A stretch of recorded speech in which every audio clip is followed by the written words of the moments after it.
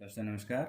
Chapter 17 को continue करवाता हूँ और आज मैं करवाऊँगा सेक्शन 414 से लेकर के 410 से लेकर के 414 तक। तो ये 5 सेक्शन है, छोटा सा चैप्टर है। बाकी ये चैप्टर में से 1-2 सवाल इसमें से आते हैं, तो इसे थोड़ा सा ध्यान से पढ़ लेना। तो सेक्शन 410 कहती है चुराई हुई संपत्ति की परिभाषा। तो वह संपत्ति जिसका कब्जा चोरी, उद्यापन, लूट द्वारा लिया गया है या संपत्ति का आपराधिक दुर्विनियोग से आई हुई है या अमानत में खयानत करके जो संपत्ति प्राप्त हुई है, वह संपत्ति चुराई हुई संपत्ति है। तो इसके अंदर एक चीज़ नोट करना, कई बार सवाल ऐसे पूछ लेते हैं कि क्या एक संपत्ति डकैती से आई हुई है वो चुराई हुई संपत्ति है, तो वो नहीं होगी। इस टाइप के या चीटिंग की जो संपत्ति है वो क्या चुराई हुई संपत्ति में आएगी? वो चुराई हुई संपत्ति में नहीं आता है। तो इसलिए ये 5 चीज़ है इसके अंदर, ये नोट करना कि चुराई हुई संपत्ति की परिभाषा में 5 ही चीज़ काउंट होती है। तो ये तो हो गई अपनी परिभाषा। अगर चुराई हुई संपत्ति चोरी के बाद मालिक के पास आ जाती है तो वो संपत्ति चुराई हुई संपत्ति नहीं कहलाई जाएगी। अगली सेक्शन 411। सेक्शन 411 कहती है चुराई हुई संपत्ति को बेईमानी से प्राप्त करना। तो जो कोई व्यक्ति चुराई हुई संपत्ति को यह जानते हुए या विश्वास करने का कारण रखते हुए कि वह चुराई हुई संपत्ति है बेईमानी से प्राप्त करेगा या रखेगा, तो वह 3 साल तक की सज़ा या फिर जुर्माना या दोनों से दंडित होगा।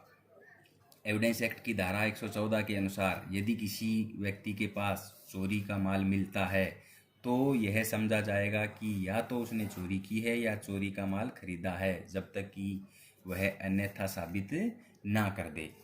तो ये है अपनी सेक्शन 411। अब एक एग्जाम्पल स्वरूप देखे तो सेक्शन 411 ज़्यादातर जो ये कबाड़ वाले हैं यह धारा उन पे लगती है। अगर वह बचने के लिए कहता है, जैसे कि कबाड़ी वगैरह की मुझे क्या पता था कि ये माल चोरी का है, तो इसे किसी एंगल में देखा जाएगा, जैसे कि उसने सामान किस कीमत पे ख़रीदा था। जैसे कि मोबाइल है जिसकी कीमत है 15,000 रुपये, नया फ़ोन था और उस मोबाइल को ख़रीद रहा है वो 5,000 रुपये के अंदर, तो स्वाभाविक सी बात है उसमें विश्वास करने का कारण है।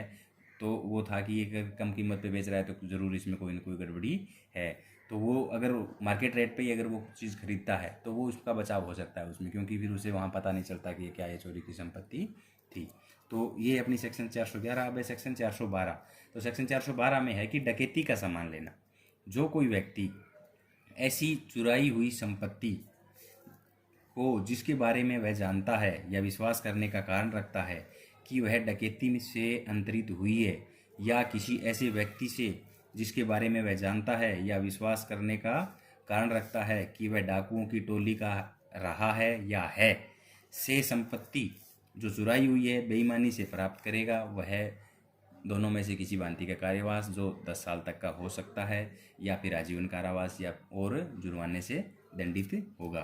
तो डाकुओं की टोली होना मतलब सेक्शन 400। अब जैसे जैसे ये बीच में ऐसे शब्द इस्तेमाल हो तो अपना दिमाग वहाँ पे जाना चाहिए कि ये सेक्शन कहाँ है, तब याद करने में बड़ी आसानी हो जाएगी। जैसे कह रहा है विश्वास करने का कारण, तो सेक्शन 26 में विश्वास करने का कारण की परिभाषा दी हुई है। इसका एग्जाम्पल लें तो ए अपने 5 साथियों के साथ मिलकर एक इलेक्ट्रॉनिक की दुकान को लूट ले हैं और वो सामान एक कबाड़ी को आधे दामों पर बेच देते हैं। बाद में कबाड़ी से उस सामान की रिकवरी हो जाती है। कबाड़ी वाला सेक्शन 412 आईपीसी का अपराधी होगा। अब है सेक्शन 413। तो सेक्शन 413 क्या कहती है? चुराई हुई संपत्ति का अभ्यासतः व्यापार करना। मतलब जो कोई व्यक्ति चुराई हुई संपत्ति का आदतन व्यापार करेगा तो वो सेक्शन 413 में चला जाता है। जो कोई ये जानते हुए या विश्वास करने का कारण रखते हुए कि वह चुराई हुई संपत्ति है आदतन प्राप्त करेगा, व्यापार करेगा या सौदा करेगा, वह दोनों में से किसी भांति के कारावास से जिसकी अवधि 10 वर्ष तक की हो सकेगी, जो आजीवन कारावास भी हो सकता है और जुर्माने से भी दंडित किया जाएगा। इसके अंदर जैसे कि किसी व्यक्ति ने प्रथम बार चुराई हुई कोई संपत्ति अगर ली है तो वो इसके अंदर नहीं आता, वो सेक्शन 412 का अपराधी हो। और अगर उसी व्यक्ति ने अगर दोबारा ये काम किया तो वो 413 की तरफ आ जाता है, सेक्शन 413 लगती है उसके ऊपर। अब है सेक्शन 414। सेक्शन 414 क्या कहती है? चोरी का माल छिपाने में मदद करना। जो कोई यह जानते हुए या विश्वास करने का कारण रखते हुए कि यह माल चोरी का है छिपाएगा या छिपाने में मदद करेगा या स्थान परिवर्तन करने में मदद करेगा, तो वह अप टू 3 साल या फिर फाइन या दोनों से दंडित किया जाएगा। इसका एग्जाम्पल लें तो ये एक चोर एक महिला का पर्स छीन के भाग रहा है। एक गाड़ी वाला ये जानते हुए उसको लिफ्ट देता है तो वो गाड़ी वाला भी सेक्शन 414 का अपराधी होगा। तो ये अपना चैप्टर 410 से लेकर 414 तक इतना ही था।